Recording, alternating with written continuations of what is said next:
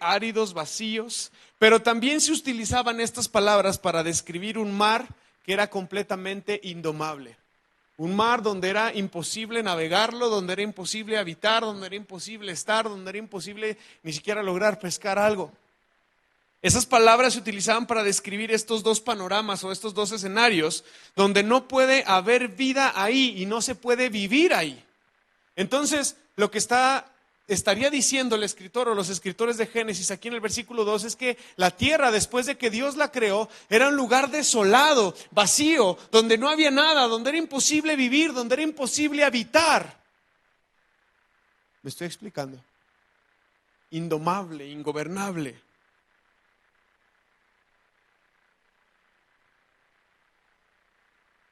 Sea cual sea nuestra percepción del mundo, hermanos, y su origen, hay muchísimas teorías al respecto. Lo interesante es que los escritores de Génesis nos dicen que después de la creación inicial, la tierra, fuese lo que fuese y tuviese lo que tuviese, estaba vacía, desordenada, sin capacidad de vida, indomable, ingobernable.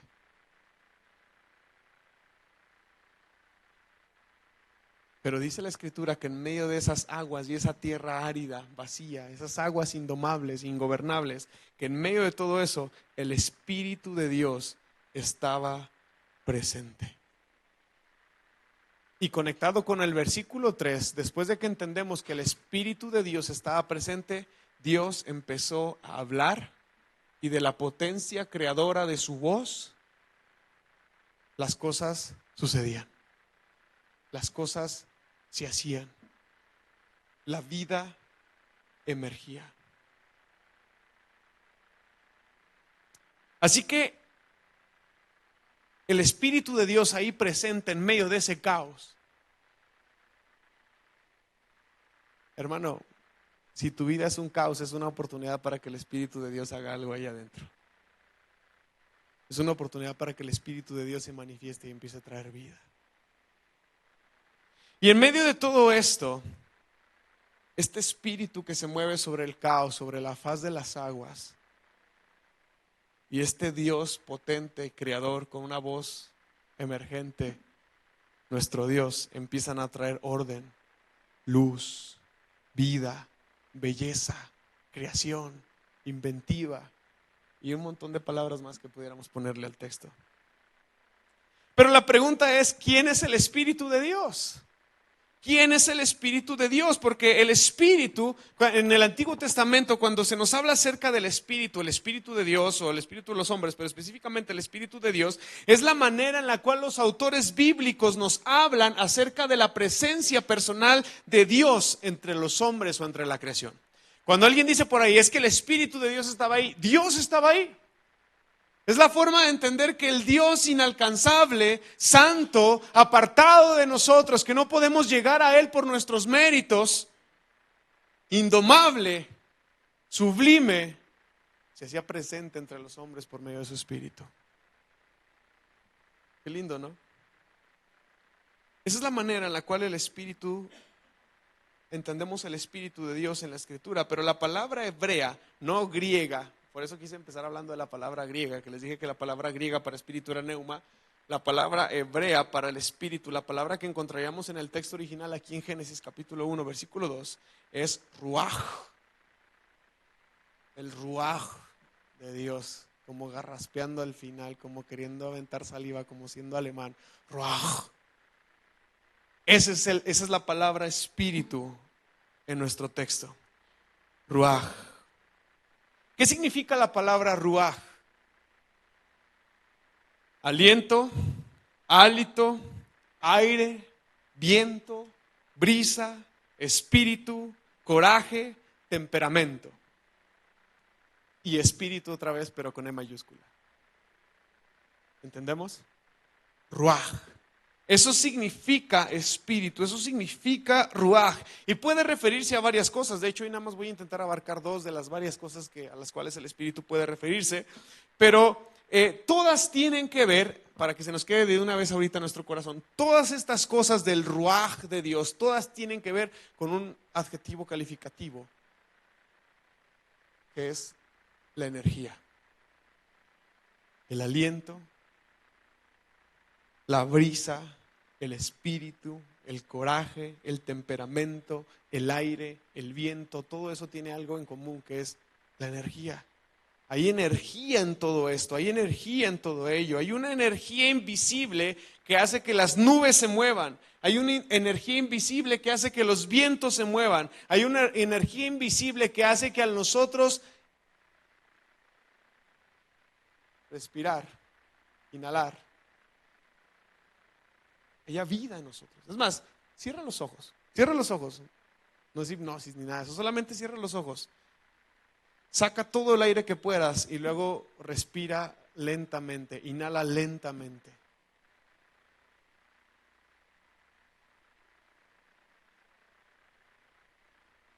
¿Qué está entrando ahí adentro de ti?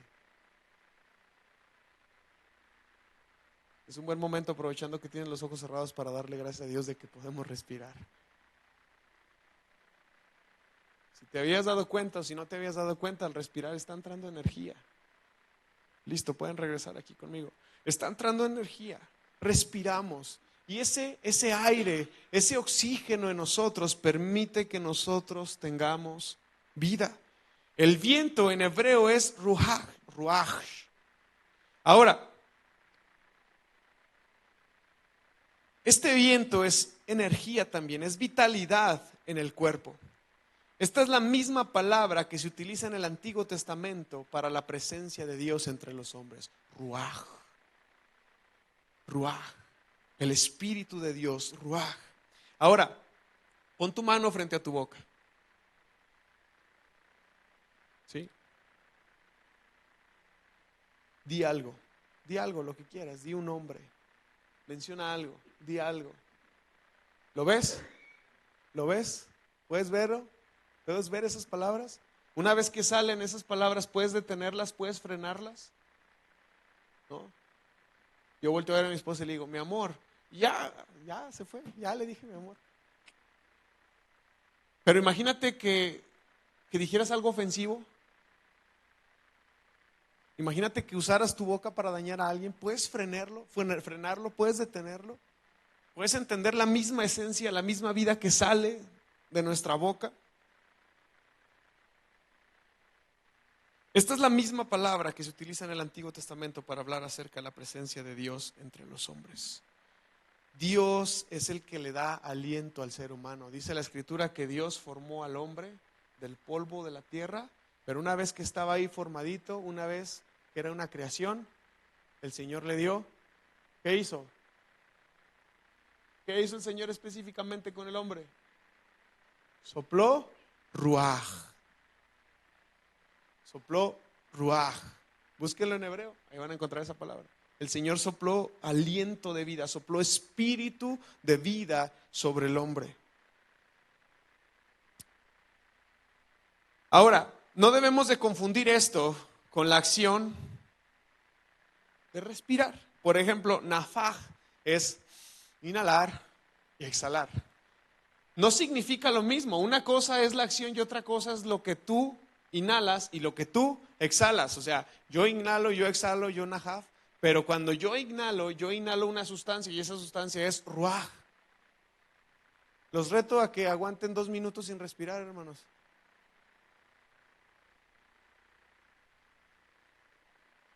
A ver, ¿quién puede? El que se tarde más en ponerse morado es el que gana. ¿Sí?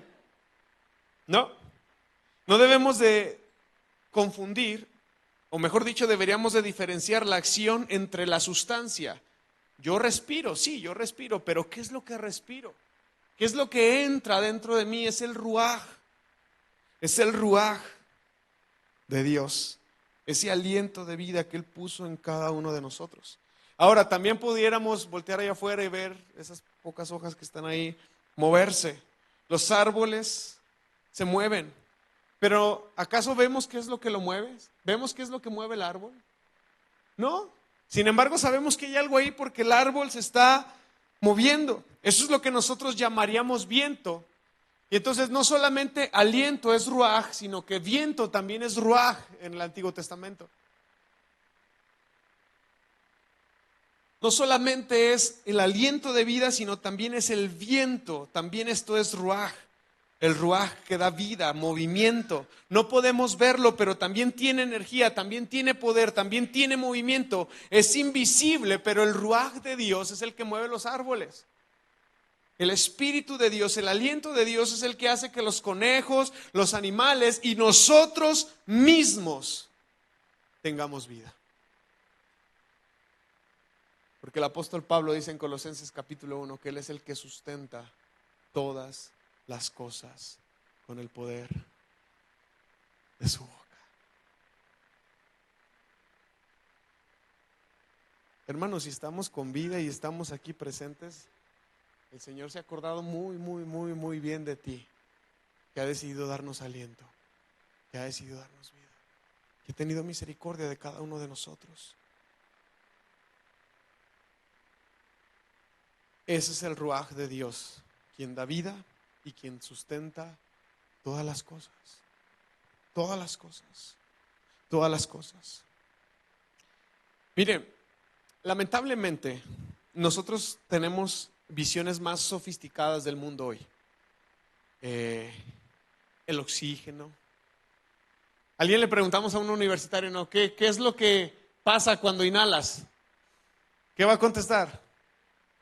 No, pues agarro el ruaj de Dios. No, él te va a decir, no, pues yo agarro oxígeno. ¿Y qué pasa cuando exhalas? ¿Qué sacas?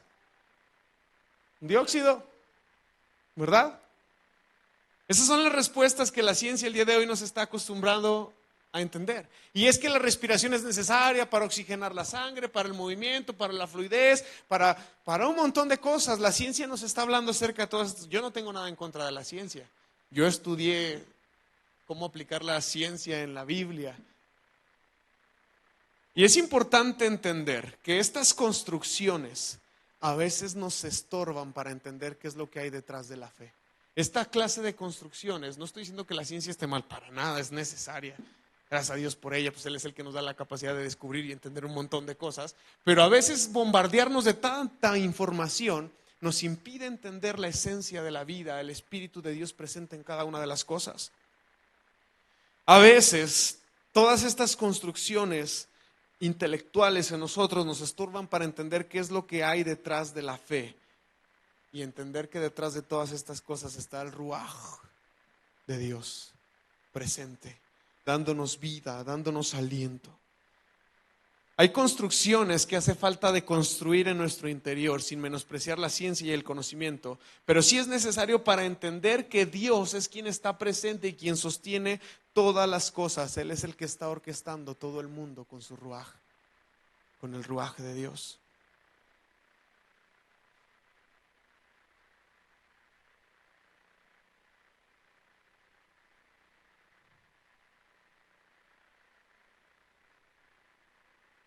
Mira lo que dice Colosenses capítulo 1,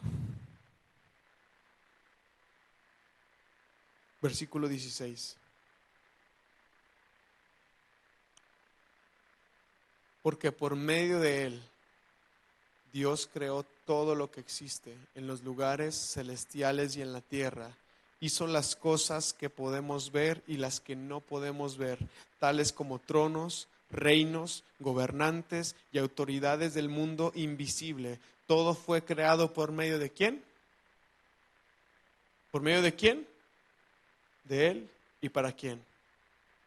Para Él. Él ya existía antes de todas las cosas y mantiene unidas toda la creación. Como que cobra más sentido esta clase de textos cuando empezamos a entender que el sustentador de todas las cosas es Dios con su ruaj. Es Dios con su espíritu, con su aliento sobre nuestra vida. Este es el Espíritu Santo que vive en nosotros y está haciendo que busquemos tener, crear, hacer una nueva creación.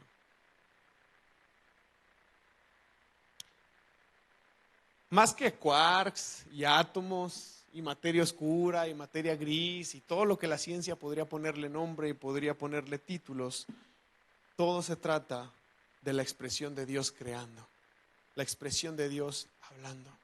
Si entendemos que el Espíritu de Dios es el que se movía sobre la faz de las aguas, y si entendemos que este Espíritu, el Espíritu de Dios, es el Espíritu que es aliento, que es vida, que es energía, que es poder creativo, entonces podemos entender perfectamente el versículo 3 de Génesis capítulo 1 cuando dice, y entonces Dios empezó a... ¿Y qué es hablar? ¿Es sacar qué? Un ruaj. Dios abrió su boca, Él expulsó un ruaj de su boca y Él empezó a crear. Él empezó a darle sentido a este mundo, Él empezó a poner en orden a este mundo, Él empezó a darle vida a este mundo. Así que nosotros inhalamos ruaj y exhalamos ruaj. Y si dejáramos de tener ruaj, hermanos, ¿qué pasaría en nuestro interior? Colgamos los guantes, colgamos los tenis o como le quieras llamar. Ahí quedamos. Sin el ruaj de Dios en nuestra vida, nosotros ahí quedamos. Entonces podemos decir que el ruaj viene de Dios. El aliento, el viento, la vida misma, ¿de quién viene? De Dios. Él es el soberano de la tierra, hermanos. Él es el que decide quién vive y quién muere. Él tiene el poder de eso. Su espíritu, su aliento tiene control de todas esas cosas. ¿Por qué cuestionaríamos a Dios? ¿Por qué entraríamos a estar en contra de Dios, de sus designios? Si el ruaj proviene de Él. Si el aliento proviene de Él. Pregunta, según el versículo 2 y 3 de Génesis, ¿quién fue el creador? ¿Dios o el ruaj de Dios?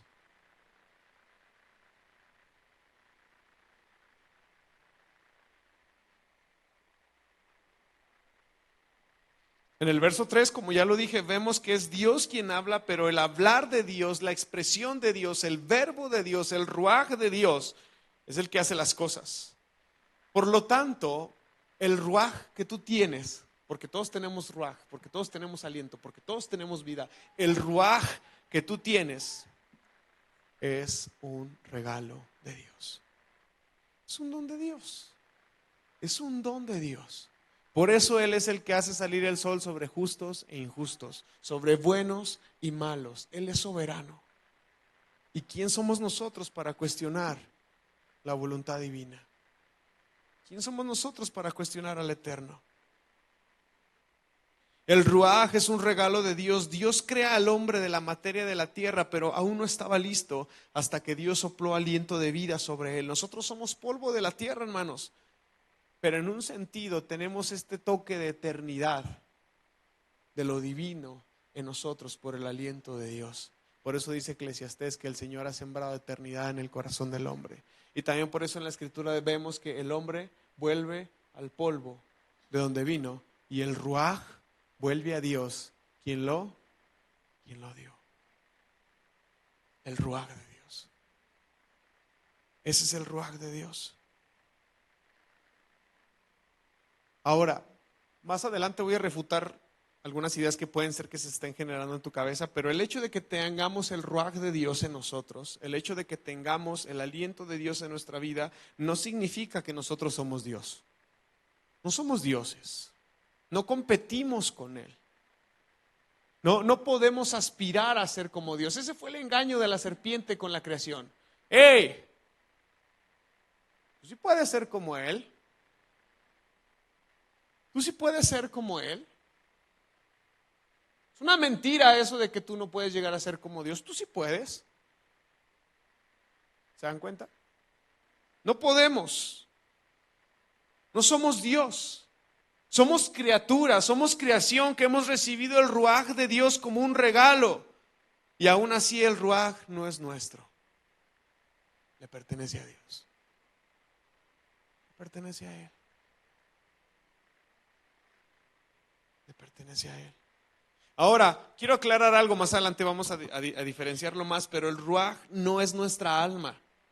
No es nuestra alma. Nuestra alma, la mejor forma en la que yo intento definir el alma siempre es todo lo que tú eres, pero que no se puede ver. Tu carácter, tus emociones, qué tan gruñón eres, qué tan hambriento eres, tus apetitos, tus intenciones, tus deseos, tus anhelos, tus gustos, todo eso que tú eres, que te describe como persona, pero que no se puede ver, eso es el alma.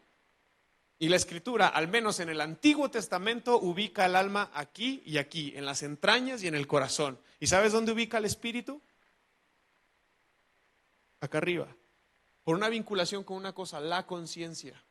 La conciencia esa sí no es nuestra, hermanos. Así que podemos ser las personas más crueles del mundo y esa conciencia siempre va a estar ahí.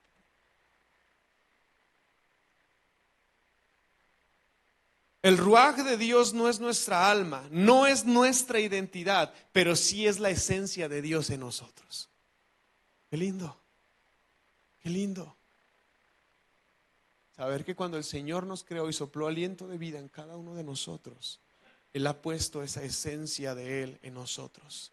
Ese sentido de eternidad, esa necesidad de responderle a Él, de buscarle a Él, ese vacío que dicen por ahí que tiene tamaño de Dios, que nadie más lo puede llenar, solamente Dios. Es porque hay aliento de vida en nosotros, porque el ruaj de Dios ha sido puesto en nuestros corazones. Hay algunos ejemplos de Dios presente como ruaj. Mira, por ejemplo, el Salmo 104, versículo 29 y versículo 30. El Salmo 104, versículo 29 y versículo 30.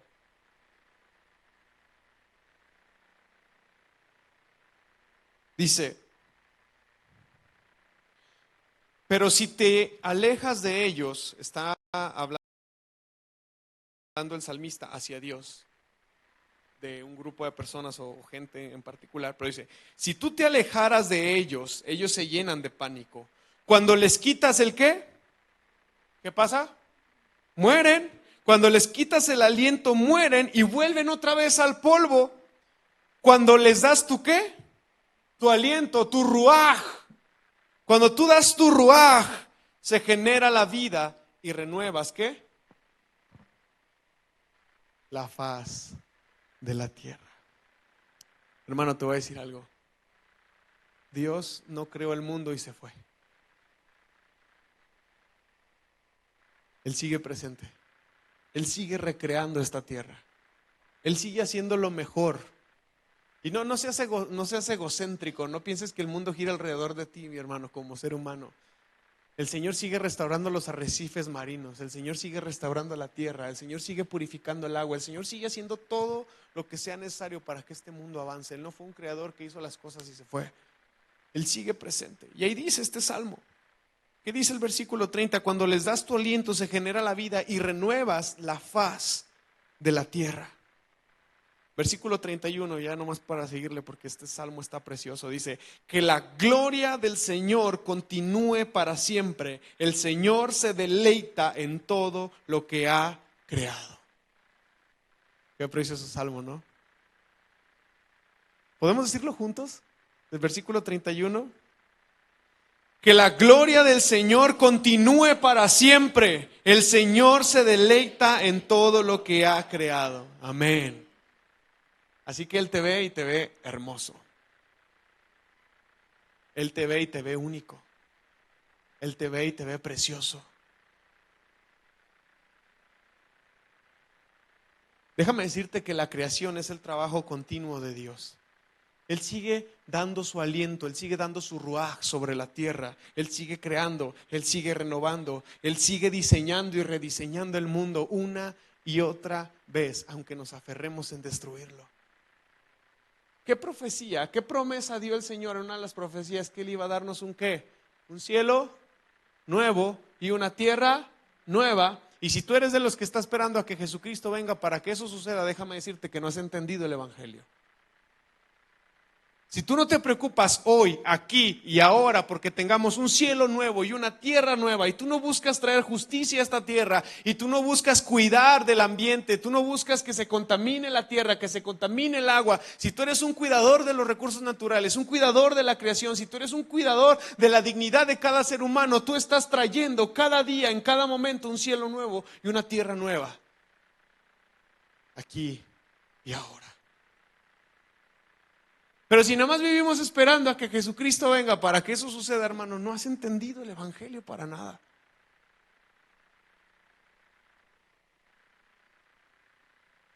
que dice el Señor a través del profeta Isaías: ¿no se han dado cuenta? ¿Que no lo entienden? Yo ya estoy haciendo cosas nuevas. Ya, aquí, ahora, en este momento. Pero nuestra banalidad, nuestra vana manera de vivir, nuestra preocupación solamente por las cosas de este mundo no nos permiten ver, no nos permiten percibir las cosas nuevas que Dios hace cada día y cada mañana en nosotros.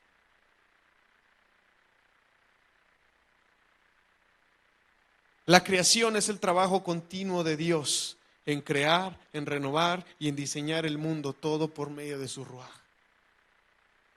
Dios sigue trabajando en este planeta. La pregunta es, ¿tú también lo estás haciendo? ¿Eres un colaborador con el Señor en todo esto? Porque el Evangelio no solamente es salir a las calles y proclamar la buena noticia de Jesucristo. El Evangelio también es hacer que ese reino de justicia, de paz, de verdad, de dignidad venga a la tierra. Y eso se hace desde la profesión, desde el oficio, desde el trabajo en el hogar, desde el ministerio de formar a los hijos. Desde cada una de esas dimensiones y cada una de esas facetas se proclama el reino de Dios y el reino de los cielos. Y si tú estás esperando que alguien te dé un micrófono para predicar el Evangelio, estás demasiado equivocado de lo que es ser un seguidor de Jesús.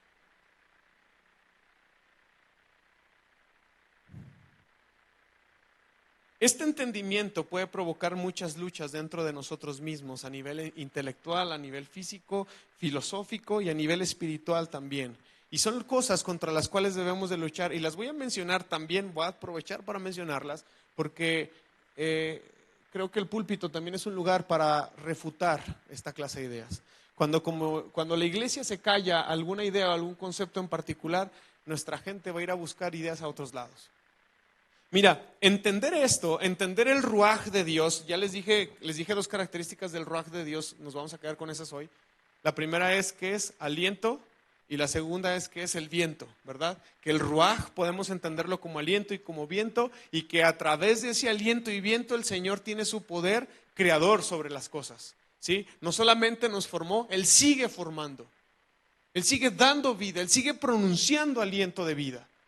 Y si entendemos estas cosas, posiblemente vengan algunas luchas a nuestra vida. La primera es la lucha que existe entre la mística y la modernidad. ¿En qué consiste esta lucha? Hoy en día nuestros jóvenes, si no se los compruebas con ciencia, no lo creen. Hoy en día, si no hay un papel, un estudio científico que respalde algo, no lo creen. Alguien ha sembrado esa necedad y esa soberbia en su corazón, en nuestros corazones. Y esta lucha que existe, es necesario que aprendamos a poner a Dios dentro de la fórmula. Porque naturalmente la ciencia busca expulsar a Dios de la fórmula. La ciencia, la metafísica, la creativa, la inventiva y todo esto busca darle explicación a cómo es que existimos, cómo es que estamos aquí, que los átomos, que la materia gris, que los quarks, que un montón de cosas. La ciencia busca explicar todo eso. Y sabes que no está mal. El problema es que la ciencia saca a Dios de la fórmula. La ciencia se ha buscado en decirte, no, es que solamente es oxígeno y dióxido de carbono. No hay nada mágico ahí. Pero cuando venimos a la Escritura, cuando conciliamos la mística y la modernidad, cuando conciliamos la mística y la ciencia de una manera sana, ¿qué es la mística? Es todo lo espiritual. No piensen que está hablando de algo raro. Perdonen que use esas palabras, pero la mística es lo espiritual. Cuando conciliamos lo espiritual aún con lo material, nosotros podemos comprender muchísimo mejor las cosas. Porque si nosotros ponemos a Dios en la fórmula, existe mayor comprensión, mayor revelación, mayor conocimiento de las cosas. Yo he oído testimonios de médicos, o sea, de gente que recibe milagros de Dios, y los médicos, no, pues no sé cómo explicarlo, pero no, pues es Dios. Es el Espíritu de Dios. ¿De qué otra forma explicas eso? ¿Verdad? Entonces, el problema no está en la ciencia, el problema está en la soberbia con la cual abrazamos la ciencia y con la cual sacamos a Dios de la fórmula. Pero si metiéramos, hermano, la mayoría de los inventivos de la historia de la humanidad han sido fieles creyentes del Señor. Y Dios les ha permitido ver, entender, les ha dado revelación de muchas cosas porque nadie inventa nada, solamente las descubrimos. Dios es el inventor de todo. Y entonces esta gente, como Albert Einstein, como Tomás Alva Edison, gente que el Señor les permite ver, dimensionar cosas del mundo real, el mundo material, el mundo científico en el que vivimos, todo gracias a Dios. Conocí el testimonio del hombre que inventó la impresora láser y la pantalla curva. Es cristiano.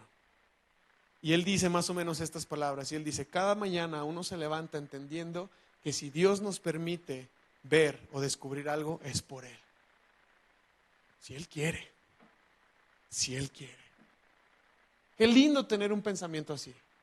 Qué lindo poder tener esa percepción acerca de la vida. Pero otra de las luchas que podríamos tener es el sensacionalismo versus el escepticismo. El escepticismo es como cuando yo tuve mi crisis de fe. Sí, Dios y el Espíritu, cuando Él quiera y como Él quiera, pero ahorita ya no. Dios ya no hace nada, el Espíritu ya no hace nada, las lenguas ya existieron, los milagros ya existieron. Ese es el escepticismo. Y la iglesia cristiana está llena de escepticismo, La iglesia cristiana está llena de escepticismo. Somos creyentes en Dios, pero no creemos que Dios puede seguir operando milagros como lo hacía antes. A ver si no pisamos callos, pero dudamos. Y sí creemos, y sí Dios, y Él tiene el poder, pero Él lo hizo antes. En los tiempos en el Antiguo Testamento, ahí Dios hizo cosas, pero ahorita ya no. Ya se acabó. Pero también está el otro extremo, el sensacionalismo, ¿no? Que todo es pura sensación, que todo es puro faramaya, que todo es circo, que si fui al culto y lloré, entonces Dios estuvo ahí. Y entonces le quitamos la espiritualidad a las cosas pequeñas y sencillas como un abrazo. La espiritualidad, le quitamos la espiritualidad a las cosas sencillas como un mensaje, como un ánimo. ¿Me explico? Y también tenemos que luchar contra estas cosas. Cuando entendemos cómo funciona el ruaj de Dios, tenemos que empezar a luchar contra estas corrientes. Pero otra lucha que podríamos tener es acerca del panteísmo y el pandeísmo. El panteísmo dice, o es la creencia de que Dios está en el mundo. Entonces yo soy Dios, esa columna es Dios, esa lámpara es Dios, esa alfombra gris es Dios, porque Dios está en todo lo creado. Suena bonito, pero no es real. Dios es único y es santo y es apartado de todas las cosas. No podemos competir con Él y no podemos llegar a su lugar. Y similar al panteísmo está el pandeísmo. Y el pandeísmo afirma que Dios era único, pero que cuando Dios empezó a crear todas las cosas, Él se empezó a sembrar en la creación también. Eso es muy peligroso. Eso es muy peligroso porque una corriente filosófica panteísta te puede decir que no existe ni el bien ni el mal porque todo lo ha hecho Dios. Que no existe lo justo ni lo injusto porque todo lo ha hecho Dios. Entonces Dios está en un cuchillo que va a clavar a una persona, así como Dios está en el abrazo que le doy a otra. Peligrosa esa corriente filosófica también. Podríamos hablar de más cosas, ahorita solamente quise mencionar algunas de estas porque nacen de empezar a entender que Dios está presente en todas las cosas. No todas las cosas son Dios, pero Dios está presente, su aliento de vida, su ruaj, está presente en todas las cosas.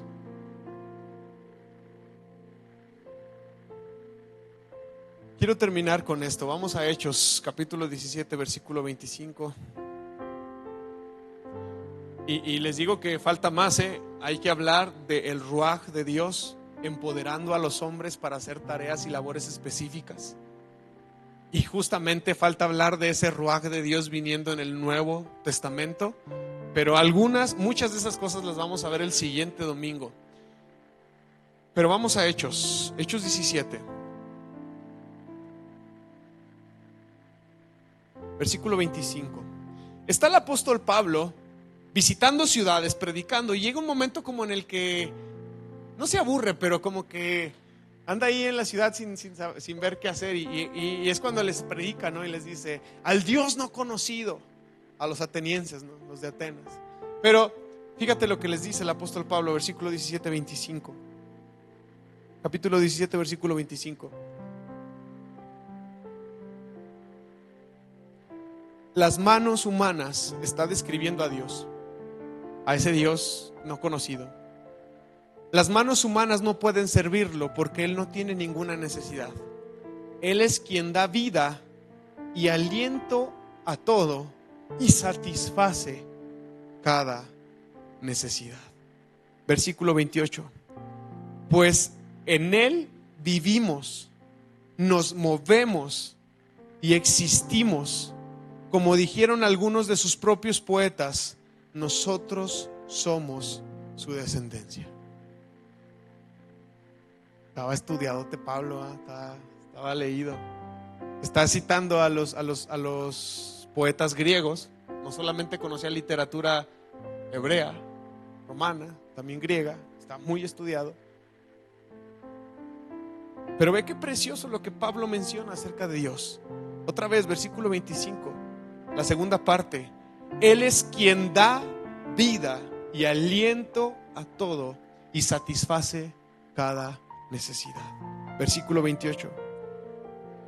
Pues en Él vivimos, nos movemos y existimos. Como dijeron algunos de sus propios poetas, nosotros somos su descendencia.